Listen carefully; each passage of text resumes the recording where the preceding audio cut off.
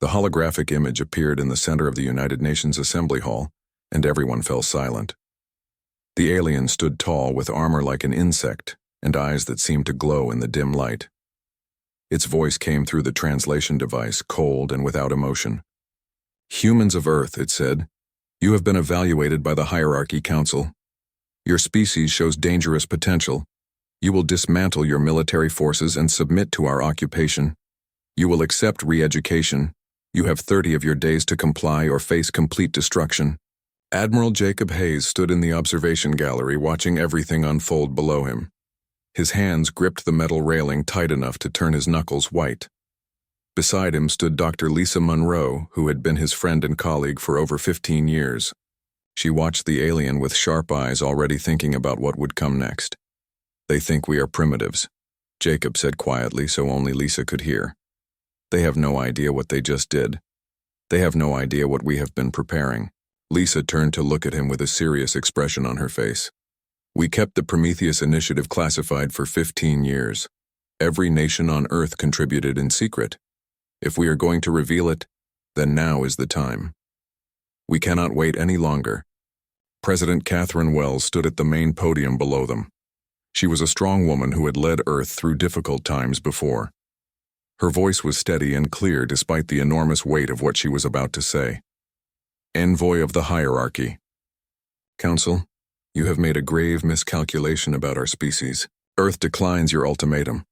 We suggest you leave our solar system immediately and do not return." The alien's mandibles clicked together in what might have been their version of laughter. "Defiance is irrelevant and changes nothing. Our enforcement fleet arrives in 30 days with overwhelming power. Resistance will be met with complete extinction of your species. This is your final warning." The hologram vanished, leaving only silence in the massive assembly hall. People looked at each other with fear and uncertainty in their eyes. Many had known this day might come, but hoping and knowing are very different things. Jacob looked down at his communication device and then back at Lisa. "Contact every facility around the world. Begin Phase 1 of Prometheus immediately. It is time to show them what humanity built while they were not watching. It is time to show them what happens when you threaten our home." Lisa nodded and pulled out her secure tablet. Her fingers moved quickly across the screen, sending encrypted messages to hundreds of locations around the planet. Messages sent. All facilities are responding. They are beginning the activation sequence now. Around the world, things began to change in ways that most people could not see yet. Deep beneath the mountains of North America, massive hangar doors that had been sealed for years began to open. Under the ocean floors near Japan and Australia, similar doors unlocked and started their slow movement. In vast desert complexes hidden in Africa and South America and Asia, the same thing was happening. Hidden facilities that no civilian had ever seen were coming to life. Inside these facilities, thousands of people moved with practiced precision. They had trained for this day, but never quite believed it would actually come. Engineers ran diagnostics on systems that had been maintained but never fully activated. Pilots checked their flight suits and reviewed their mission parameters. Technicians powered up reactors that could fuel vessels capable of crossing star systems. In the Nevada Desert Facility, Commander Daniel Carter descended a gravity lift that took him deep underground. The cavern that opened up before him was so large that he could not see the far walls. It stretched for miles in every direction, and filling every available space were ships. Thousands upon thousands of warships stood in perfect formation waiting for their crews. Captain Amy Sullivan was already there waiting for him. She wore her flight suit and had her helmet tucked under one arm. "It is beautiful in a terrifying kind of way," she said, looking out at the sea of vessels. 10,000 ships just in this one facility, and there are 99 more facilities exactly like this one scattered around the planet. Daniel checked his datapad, which showed him status reports from multiple facilities. 1 million warships. Can you imagine that, Amy? We built 1 million warships in complete secrecy. The largest fleet ever assembled by any species in known galactic history, according to what little intelligence we have gathered. And the Hierarchy Council has absolutely no idea that we built them. The Prometheus Initiative had been born from fear and determination 15 years ago. When Earth's first deep space probes had ventured beyond the solar system, they had found evidence of other civilizations. But they had also found evidence of wars and conquests and destroyed worlds. The world's governments had faced a choice. They could tell their people and cause panic, or they could prepare in secret. They chose preparation. Every nation had contributed. The United States and China and Russia and the European Union and India and Brazil and dozens of other countries had pooled their resources and knowledge and manpower. They had built facilities in secret and trained crews in secret and manufactured weapons in secret. For 15 years, the greatest project in human history had remained hidden from the public eye. Until now. All pilots report to briefing rooms. Immediately, the announcement echoed through the massive underground hangar. Deployment sequence begins in 6 hours. This is not a drill. Repeat, this is not a drill. Amy looked at Daniel with excitement and fear mixed together in her eyes. This is really happening. We are really going to do this. We have to, Daniel replied. They gave us no choice. They came to our home and threatened everything we love. Now they will learn what humans do when you back us into a corner. Now they will learn that we do not surrender easily. The briefing room filled quickly with 200 pilots from nations all around Earth. They were the best humanity had to offer. Each one had trained for years in secret, knowing this day might come. Admiral Jacob Hayes appeared on the large central screen. His face was serious, but there was something else there too. Determination, maybe, or perhaps pride. You all know why you are here, Jacob began without wasting time on pleasantries. The Hierarchy Council believes we are defenseless and primitive. They are sending an enforcement fleet of 10,000 warships to subjugate our world. By their standards, that is overwhelming force that no species could resist. They expect us to surrender before their fleet even arrives. He paused and allowed himself a small smile. They are about to learn the most important lesson about humanity. You never corner a human. You never threaten our home. Each of you will command a strike group of 500 ships. Your tactical AI will handle coordination and targeting, but you are the decision makers.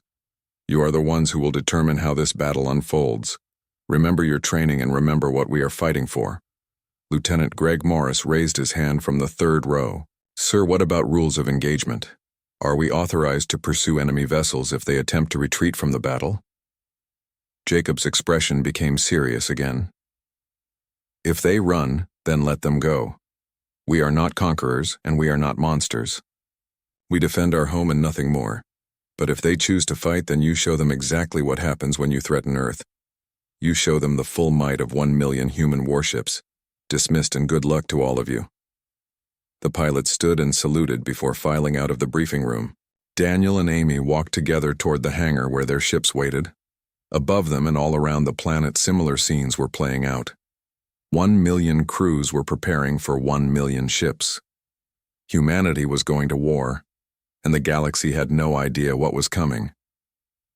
The world watched in absolute amazement as 1 million warships began to rise from Earth. News reporter Helen Drake stood at a safe observation distance from the Nevada facility, with her camera crew capturing everything. Behind her, the desert had transformed into something that looked like a river of light and fire as ship after ship streamed upward into the sky. What you are seeing right now is not special effects or movie magic. Helen spoke into her microphone and her voice trembled with emotion that she could not hide. This is completely real. For 15 years, while we lived our normal lives, humanity has been preparing for this moment. 1 million warships built in absolute secrecy by every nation on Earth are launching right now to defend our world from an alien threat. From the International Space Station, the view was even more breathtaking and impossible to fully comprehend. The astronauts watched with their faces pressed against the windows as Earth's atmosphere lit up with the exhaust trails of countless vessels. The ships formed patterns in the sky synchronized by tactical computers and organizing themselves into strike groups with mathematical precision that seemed almost like a dance. Commander Daniel Carter sat in the captain's chair of the ECS, Defiance, which was his ship and his responsibility. His hands were steady on the controls even though his heart was racing inside his chest. Around his vessel, 499 other ships held their formation perfectly, Their hulls gleamed with adaptive armor technology that could withstand incredible punishment. "All ships, this is Strike Group 7, Daniel broadcast to his entire fleet. "Begin systems check now and report status." The responses came back almost instantly. 500 ships and 500 confirmations that they were ready for whatever came next. Every system was green and every crew was prepared. Strike Group 7 proceed to rally point. Alpha immediately. Admiral Jacob Hayes ordered from the command station that had been built on Earth's moon. The hierarchy fleet will arrive in approximately 6 hours. We will meet them at the edge of our solar system and show them what humanity is capable of. The journey to the rally point took 3 full hours at maximum sustainable speed. As Daniel's strike group arrived at the designated coordinates, his tactical display began filling up with friendly contacts. Hundreds of strike groups, each containing 500 ships, were assembling into a formation that was larger than anything in recorded military history. Captain Amy Sullivan's voice came through on the KO. Command channel sounding excited and nervous at the same time. "Daniel, are you seeing this? I have visual confirmation of at least 300,000 ships from my current position, and we are just one small section of the total formation. This is incredible." "I see it, Amy," Daniel replied, and his voice was filled with wonder despite his attempts to stay professional. "We actually did it. Humanity actually built an armada that can protect our world. I never quite believed it would work until right now." On Earth's moon, Admiral Jacob Hayes stood in the command center staring at the massive tactical display that showed all 1 million vessels in their assigned positions. Beside him, Dr. Lisa Monroe was monitoring the deep space sensors that could detect objects light years away. "The hierarchy fleet just entered our sensor range," Lisa reported calmly, even though her hands were shaking slightly. "Confirming 10,000 ships just like their message said they would send. They are not even attempting to hide their approach. They think they have already won this battle before it even begins." Jacob leaned forward and his jaw was set with determination. "Open a communication channel directly to their fleet commander. Let us see if we can end this without bloodshed, but let us also show them what they are facing." The screen flickered and then showed the same alien species that had delivered the ultimatum weeks ago. The creature's multiple eyes widened slightly when it saw Jacob, which was the first sign of actual emotion they had seen from this species. "This is Admiral Jacob Hayes of Earth Defense Command," Jacob said in a clear, strong voice. "You threatened our world and gave us an ultimatum. We have prepared a response for you that I think you will find quite surprising." "Your defiance has been noted, human," the alien replied, though its tone had lost some of the arrogance from before. "We detect numerous vessels in your system. This desperate gesture will not save your species from the consequences of refusing our generous offer." "Numerous?" Jacob allowed himself to smile just a little bit. "Let me clarify the situation for you. You brought 10,000 ships to intimidate us. We brought 1 million ships to defend our home. Every single one of those vessels is crewed by humans who will fight to their last breath to protect everything they love. You have exactly one chance to turn your fleet around and leave our system. This is your only warning and your only opportunity to avoid destruction." The alien's mandibles clicked together rapidly, which seemed to be a sign of distress or confusion. "Impossible. No species could build such a massive force. Your sensors must be malfunctioning or you are attempting to deceive us with false readings." "Then come closer and find out," Jacob said with ice in his voice. "Test us and see what happens." The communication channel closed abruptly. On the tactical display, the hierarchy fleet continued moving forward, but their formation had changed significantly. They were proceeding much more cautiously now, and their speed had decreased. They were beginning to doubt their intelligence about Earth. Lisa looked at Jacob with concern in her eyes. "They are still coming despite the warning. They either do not believe us or their pride will not let them retreat. What do we do now?" "Then we will have to show them that we are not bluffing," Jacob replied firmly. He opened the all-fleet channel so every single ship could hear him. "All ships, this is Admiral Hayes. Hold your current formation and do not advance. Make them come to us. Let them see with their own sensors exactly what they are facing. Let them count our ships and realize their mistake." Across the cold void of space, 1 million warships waited in absolute silence. Their weapon systems were powering up and reaching full charge. Their defensive shields were activating and creating protective barriers around each hull. Their human crews sat at their stations with hands on controls and eyes on screens waiting for orders. Hierarchy fleet continued. its slow advance, and their sensors were finally beginning to comprehend the impossible situation before them. On the bridge of their flagship fleet commander, Zarthan was struggling to process the data that his tactical officer kept reporting. Analysis confirms 1 million vessels in defensive formation, the tactical officer reported, and its voice was tinged with something that might have been fear. All appear to be military-class warships. All are armed with advanced weapons. All have active shield systems. Commander, this changes everything we thought we knew. No species in the hierarchy's long history has ever fielded this many ships at one time. Zarthan's mandibles ground together as he fought an internal battle. Pride and logic warred inside his mind. The Hierarchy Council had ruled the galaxy for 10,000 years. They had conquered and subjugated over 500 different species. They could not show weakness to primitives no matter how many ships these humans had somehow managed to build. "We continue forward," Zarthan ordered, even though doubt was creeping into his thoughts. "Our ships have superior technology and superior weapons. Quality will defeat quantity as it always has. All ships prepare weapon systems and target the nearest enemy vessels." Back on the human side of the approaching battle, Commander Daniel Carter watched the alien fleet creep closer on his tactical display. The distance was decreasing slowly but steadily. "They are really going to do it," he said to himself in disbelief. "They are actually going to attack us even after seeing our numbers." "All ships stand by for combat," Admiral Jacob Hayes broadcast from Lunar Command. "Weapons free, but do not fire first. Let them make the first move, and then we respond with overwhelming force. Show them what happens when you threaten humanity." The distance closed to optimal weapons range, and both fleets could now hit each other effectively. For a long moment, space itself seemed to hold its breath. 1,000,000 human hearts waited. 10,000 alien ships advanced. Then the Hierarchy flagship opened fire, and a beam of concentrated energy lanced across space toward the nearest human vessel. The ECS Vigilance took the hit directly on its forward shields. The barrier glowed brilliant blue as it absorbed the massive energy discharge.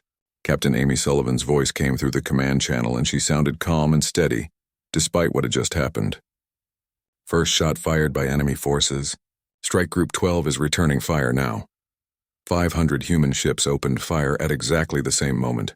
The concentrated barrage of energy weapons and kinetic projectiles struck the Hierarchy flagship's shields like a tidal wave of destruction. The alien barrier held for approximately 2 seconds before collapsing completely. The next wave of fire tore through the hull plating, and the flagship exploded in a brilliant flash of light that could be seen across the solar system. 3 months passed after the battle, and the galaxy was still adjusting to the new reality. The Galactic Assembly convened for the first time in 5 years, bringing together representatives from hundreds of different species. The massive space station orbited a neutral star system, far from any claimed territory, and for thousands of years, it had been the place where the great powers met to discuss policy and resolve disputes. Today, there was a new delegation in attendance, and everyone wanted to see them. Admiral Jacob Hayes walked through corridors designed for beings of dozens different body types. He was flanked by Captain Amy Sullivan on his left and Commander Daniel Carter on his right. They wore formal Earth Defense Force uniforms that had been created specifically for this occasion. Every alien they passed stopped whatever they were doing and stared. "They are all looking at us," Amy whispered quietly. "I can feel hundreds of eyes on us from every direction." "Good," Jacob replied just as quietly. "Let them look. Let them see that humans are not afraid to walk among them. Fear breeds respect, and respect breeds peace." The assembly chamber was enormous, with delegation platforms arranged in concentric circles rising up toward a domed ceiling. The Hierarchy Council had always occupied the central position, which was the place of highest honor and greatest power. But today their platform had been lowered significantly and was no longer at the chamber's center. A new platform had been raised to equal height with the other great powers. It was empty and waiting. Jacob led his delegation onto it and felt the weight of history on his shoulders. The chamber's translation systems activated automatically and began converting his words into hundreds of different languages simultaneously. "Members of the Galactic Assembly," Jacob began, and his voice was projected clearly to every platform in the massive chamber. 3 months ago, the Hierarchy Council issued an ultimatum to my world. They demanded that Earth submit to occupation or face complete extinction. They sent 10,000 warships to enforce this demand and expected us to surrender without resistance. He paused deliberately and let the silence stretch. Every being in the chamber already knew what had happened next, but hearing it from a human directly was different. This was history being made in real time. Earth responded with 1 million warships, Jacob continued. We destroyed 7,000 hierarchy vessels in a battle that lasted less than 1 hour. We allowed 3,000 ships to retreat and carry the message back to their council. We did this to prove a simple point. Humanity will not be threatened. We will not be conquered. We will not submit to any species that comes to our home with demands and ultimatums. We will defend ourselves with everything we have. Zarthen, who had commanded the hierarchy fleet and survived, stood on his platform. His posture showed submission, which was a stark and dramatic change from his species' usual arrogant bearing. The Hierarchy Council acknowledges its grave error in judgment. We have withdrawn all claims to the Sol system and the surrounding space. We seek peaceful relations with Earth going forward. We have learned our lesson. Jacob nodded respectfully. Peace is exactly what we want. But let me be absolutely clear to everyone gathered here. We did not build 1 million warships simply to park them in orbit around Earth and forget about them. They remain fully active. They remain fully crewed. They remain ready for immediate deployment. If any species or any empire or any council decides that Earth looks like an easy target, you will face all 1 million of those ships. This is not a threat. This is simply a statement of fact. A delegate from the Crystalline Consortium activated its translation device. The being was made of what looked like living crystal that refracted light in beautiful patterns. The question many of us have, Admiral Hayes, is simple. Why did you build such a massive fleet in secret? How did your species even accomplish such a thing? The resources required must have been enormous. Dr. Lisa Monroe stepped forward to the secondary podium. She had been invited to join the delegation specifically to answer technical questions. We built this fleet because we learned early that the galaxy was not a safe place. Our deep space probes found evidence of the hierarchy's conquests and the destruction of other civilizations. We saw what happened to species that were unprepared, so we decided to be ready. As for how we accomplished it, the answer is simple. Humanity has 8 billion people and abundant natural resources. When we unite behind a common goal, we can accomplish things that seem impossible. Another delegate spoke up from a platform near the back. This one represented the Merchant Federation, which controlled vast trading networks. What does Earth want from the galaxy? Territory? Resources? Trading rights? Tribute from other species? We want to be left alone in peace, Jacob said, and his voice was firm. We want to trade with those species who wish to trade fairly and honestly. We want to share knowledge with those who seek mutual benefit. We want to explore and learn about the universe around us. And most importantly, we want it understood that the Sol system and the immediate surrounding space is Earth's territory. No military vessels enter our space without explicit permission. No expansion into our neighboring systems without negotiation. Follow these simple rules and humanity will be a peaceful and cooperative neighbor. The Merchant Federation delegate's translator buzzed with what might have been concern. And if someone breaks these rules? What happens then? Jacob's expression became hard and cold. Then they will discover exactly why we built 1 million warships instead of just a few thousand. Every single one of those vessels is equipped with faster-than-light capability. We can deploy overwhelming force to anywhere in this region of space within a matter of days. We do not want to be conquerors, and we have no interest in building an empire, but we will not hesitate for even a moment to defend ourselves or protect our legitimate interests. The assembly chamber fell completely silent as the implications sank in. For 10,000 years, the hierarchy had been the dominant military power, with perhaps 50,000 warships spread across their entire territory. The Crystalline Consortium had 30,000 ships. The Merchant Federation had 20,000.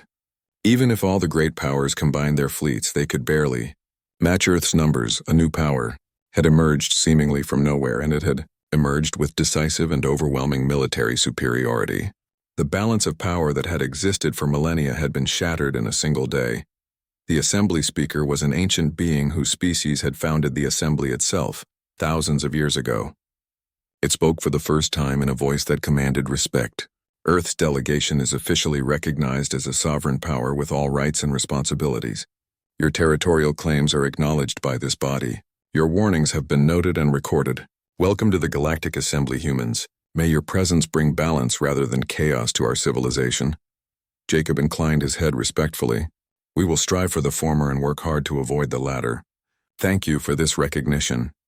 Over the following weeks, Earth began establishing formal diplomatic relations with dozens of species.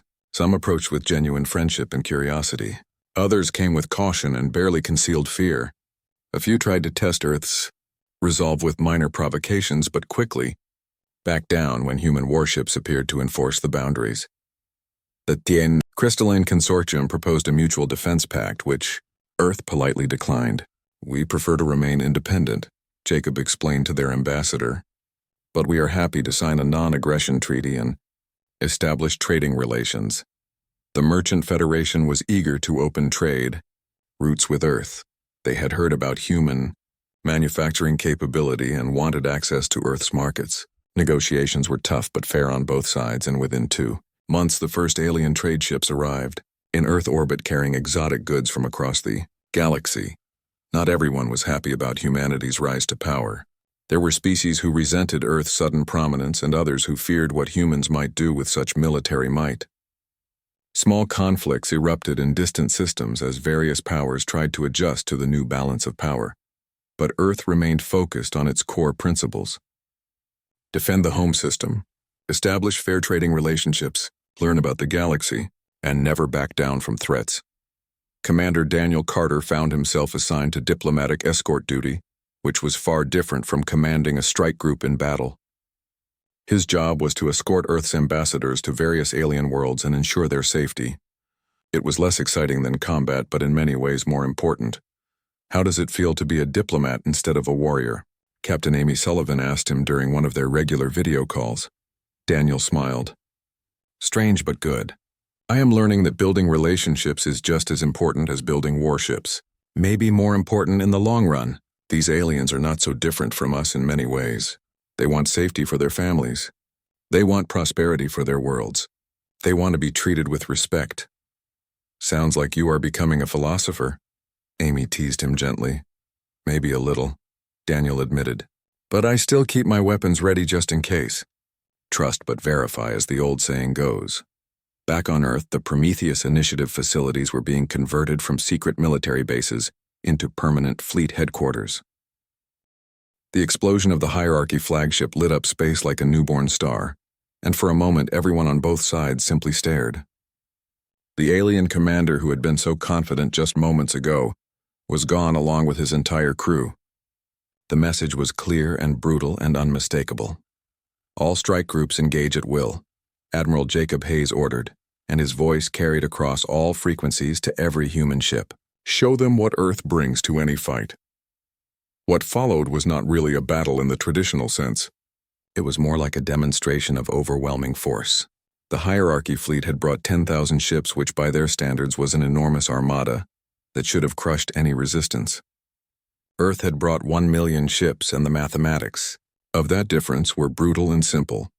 Commander Daniel Carter's strike group focused their combined firepower on a cluster of enemy cruisers that were attempting to form a defensive position. The tactical AI coordinated everything perfectly, ensuring that no shot was wasted and no target was hit by more firepower than necessary. The alien ships tried desperately to maneuver and return fire, but they were drowning in targets. For every human ship they managed to aim at 100 others were hammering them from completely different angles. Enemy cruiser shields failing. His tactical officer reported, "Target destroyed. Moving to next target." The pattern repeated across the entire battlefield. Human strike groups working in perfect coordination would focus overwhelming firepower on individual enemy vessels. The alien ships would attempt to fight back, but their return fire was scattered and ineffective. They simply had too many targets to deal with and not enough weapons to make a difference. Captain Amy Sullivan watched her tactical display with a mixture of satisfaction and sadness. They never had a chance, she said quietly to her crew. They came here expecting to crush primitives, and instead they walked into a meat grinder. Part of me almost feels sorry for them. Her tactical officer looked up from his station. Captain, they threatened to exterminate our entire species. They came here to conquer our world and enslave our people. They deserve everything they are getting right now. Amy nodded because she knew he was right. I know, but that does not make watching ships die any easier. Continue firing. We finish this quickly and decisively. Back on the Lunar Command Center, Dr. Lisa Monroe was tracking the battle through multiple sensor feeds. "Enemy formation is breaking apart completely," she reported to Jacob. "They are attempting to scatter in all directions. Some ships are trying to retreat while others are still attempting to fight." Jacob watched the tactical display and saw the chaos unfolding in the enemy fleet. They had lost nearly 7,000 ships already, and their will to fight was evaporating rapidly. "Broadcast on all frequencies to all enemy vessels. Cease fire immediately and retreat or be destroyed. This is their only chance. Any ship that continues fighting will not survive." The message went out in multiple languages and multiple formats. For several long seconds, nothing changed and the battle continued. Then one alien ship broke formation and began accelerating away from the fight at maximum speed. Then another ship followed. Then 10 more. Then 100. "Enemy fleet is retreating," Lisa confirmed. "Only 3,000 ships remaining and they are all running. They are abandoning their dead and fleeing the system." Jacob took a deep breath and felt the tension leaving his shoulders. "Order all strike groups to cease fire immediately. Let them run. We have made our point and there is no need for additional killing." They will carry the message back to their hierarchy council. Across the vast battlefield, 1 million human warships held their fire and watched as the surviving alien vessels fled into deep space. They left behind the wreckage of 7,000 destroyed ships and the bodies of countless crew members. Not a single human vessel had been destroyed during the entire engagement. Fewer than 50 ships had taken any damage at all, and most of that damage was minor. The communication channels erupted with cheers and celebrations from crews across the fleet. They had done the impossible. They had defended Earth against an alien invasion force and won decisively. Humanity had announced its presence to the galaxy in the most dramatic way possible. "All ships, this is Admiral Hayes," Jacob broadcast when the cheering finally died down. "You have all performed brilliantly today. You have shown the galaxy what humans are capable of when we stand together. But our work is not finished yet. Begin recovery operations immediately. Search for survivors, both human and alien. If there are any enemy crew members still alive, we will treat them with dignity and respect. We are not monsters, and we will prove that to the galaxy." Daniel Carter guided the ECS Defiance through the debris field carefully. His crew scanned for life signs among the wreckage. "I am picking up a faint signal," his science officer reported. "It appears to be an alien escape pod with life support still functioning." "Bring it aboard," Daniel ordered. "Get medical team ready." "I want any survivors treated immediately." The escape pod was brought into the cargo bay, and when they opened it, they found 3 alien crew members injured but alive. They looked at the humans with fear in their multiple eyes, clearly expecting to be killed. Instead, the medical team immediately began treating their injuries with the same care they would give to human patients. One of the aliens, who seemed to be an officer, spoke through a portable translation device. "Why do you help us?" "We came to destroy your world. We would have killed all of you without mercy." Daniel knelt down beside the injured alien. "Because we are better than that. We fight when we must, and we defend our home with everything we have.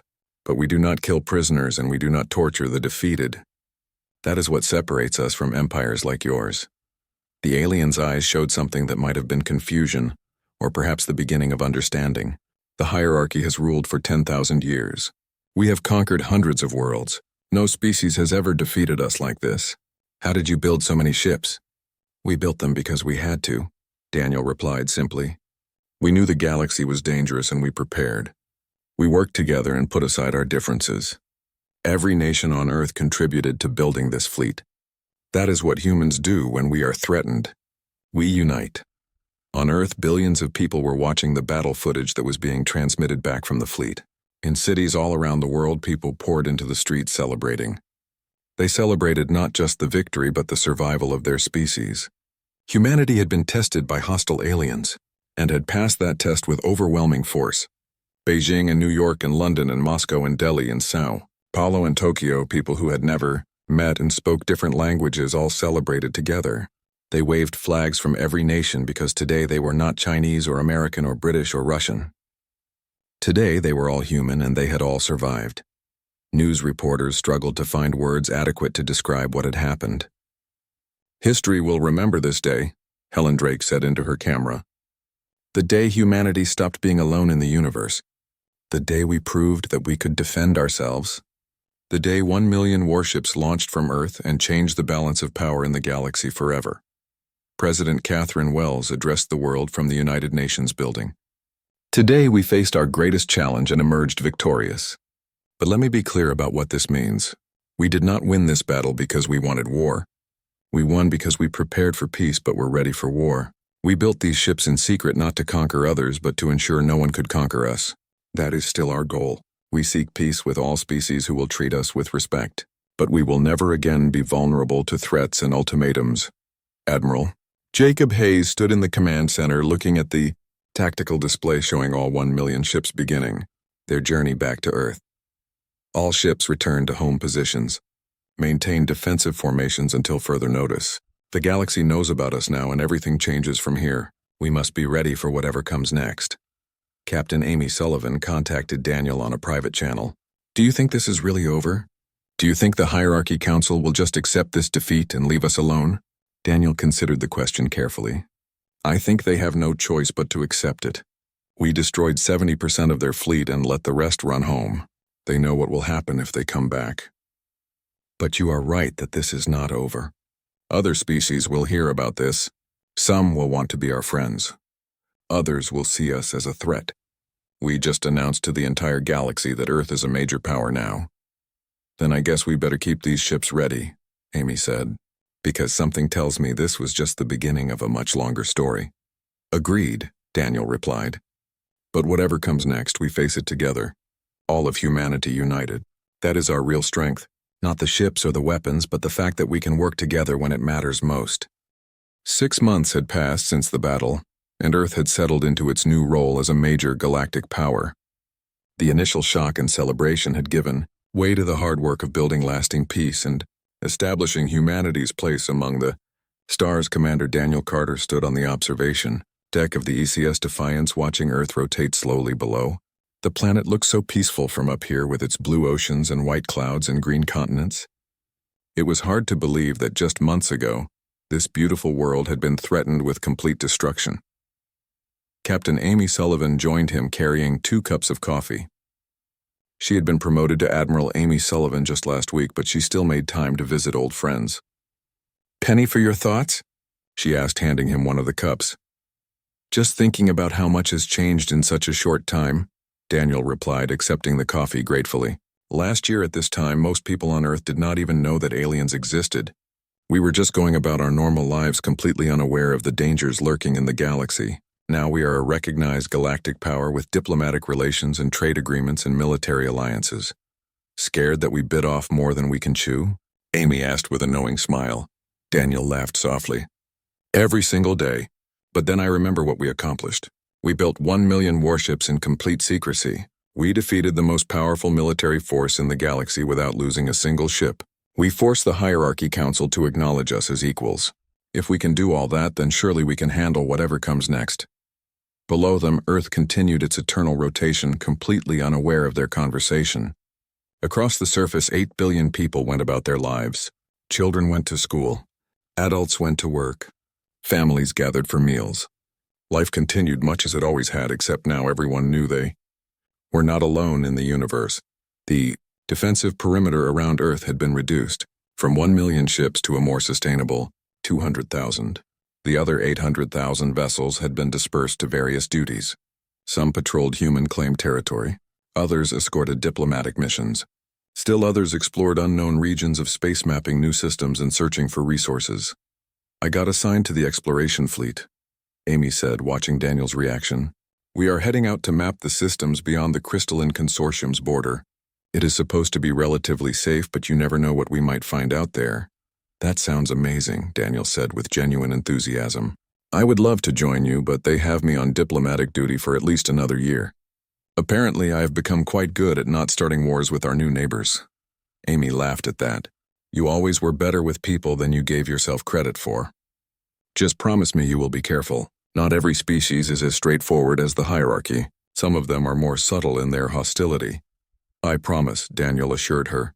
"And you promise to come back safely from your exploration mission. I want to hear all about the strange new worlds you discover."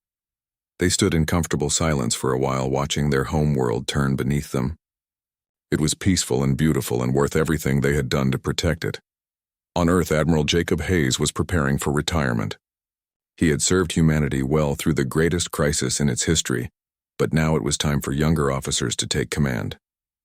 His final act was to address the graduating class at the new Earth Defense Force Academy. "You are the future of humanity among the stars," he told the eager young faces looking up at him. "You will explore where we have not gone. You will build relationships with species we have not yet met. You will defend our home if it is ever threatened again. This is an enormous responsibility, but I have complete faith in all of you." Dr. Lisa Monroe had been appointed as Earth's chief science advisor and spent her days coordinating research projects with alien scientists from friendly species. The exchange of knowledge was proving beneficial to everyone involved. "The Crystalline Consortium has a completely different approach to energy generation," she explained to her team during a briefing. "If we can adapt their technology to our systems, we could increase efficiency by 40%. And in exchange, we are sharing our medical advances with them. Their species is vulnerable to certain radiation types that we have learned to treat effectively." President Catherine Wells was in her second term and had become one of the most respected leaders on Earth. She had guided humanity through first contact and the subsequent war and the challenging period of adjustment that followed. Her approval ratings were higher than any president in history. "We must never forget the lessons we learned," she said during her State of the World address. "We learned that unity makes us strong. We learned that preparation prevents disaster. We learned that we can accomplish the impossible when we work together. These lessons must guide us as we move forward into this new era." The Hierarchy Council had been humbled by their defeat, but they were adapting. Their new leadership reached out to Earth proposing a formal peace treaty and limited cultural exchange. The negotiations were difficult and took months, but eventually both sides signed an agreement. "We underestimated you," the Hierarchy ambassador admitted during the signing ceremony. "We made assumptions based on incomplete information and it nearly destroyed our fleet. We will not make that mistake again. Your species has earned our respect through strength and our gratitude through mercy." Jacob attended the ceremony as an observer. He felt satisfaction seeing former enemies signing a peace agreement. "This is what we fought for," he told Lisa, who stood beside him. "Not to conquer or dominate, but to earn respect and live in peace." The Merchant Federation had become Earth's strongest trading partner.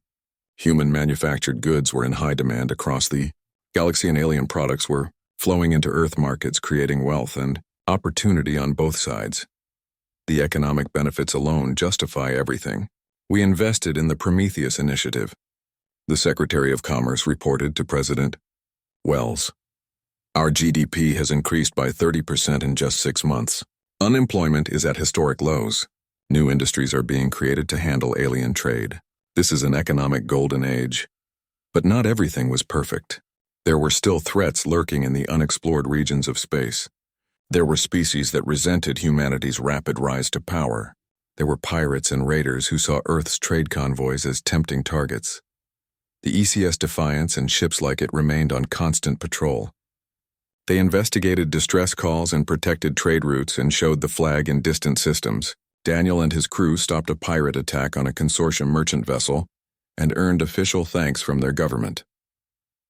"This is what we trained for," Daniel told his crew after the successful operation. "Not just big fleet battles, but the daily work of keeping space safe for everyone. Every pirate we stop and every distress call we answer makes the galaxy a little bit better." Amy's exploration fleet discovered 3 new habitable worlds in unclaimed space. Earth immediately claimed them and began planning colonization missions. "Humanity is going to spread to the stars," Amy reported back excitedly. "These worlds are beautiful and rich in resources. In a few years, we could have thriving colonies on all 3, and the colonization program became a source of hope and excitement for millions of people on Earth. Applications flooded in from families wanting to be part of humanity's expansion into space. The selection process was rigorous but fair, trying to ensure that the first colonists represented the best of human diversity and capability. "My grandchildren might be born on another world," one selected colonist said during an interview. "They will grow up under alien stars, and that is amazing and terrifying and wonderful all at the same time." Commander Daniel Carter received a promotion to captain and was given command of a new class of exploration vessel. His mission was to venture beyond known space and make contact with species that had never encountered humans before. First contact is the most important and dangerous job we have, Admiral Jacob Hayes told him during the change of command ceremony.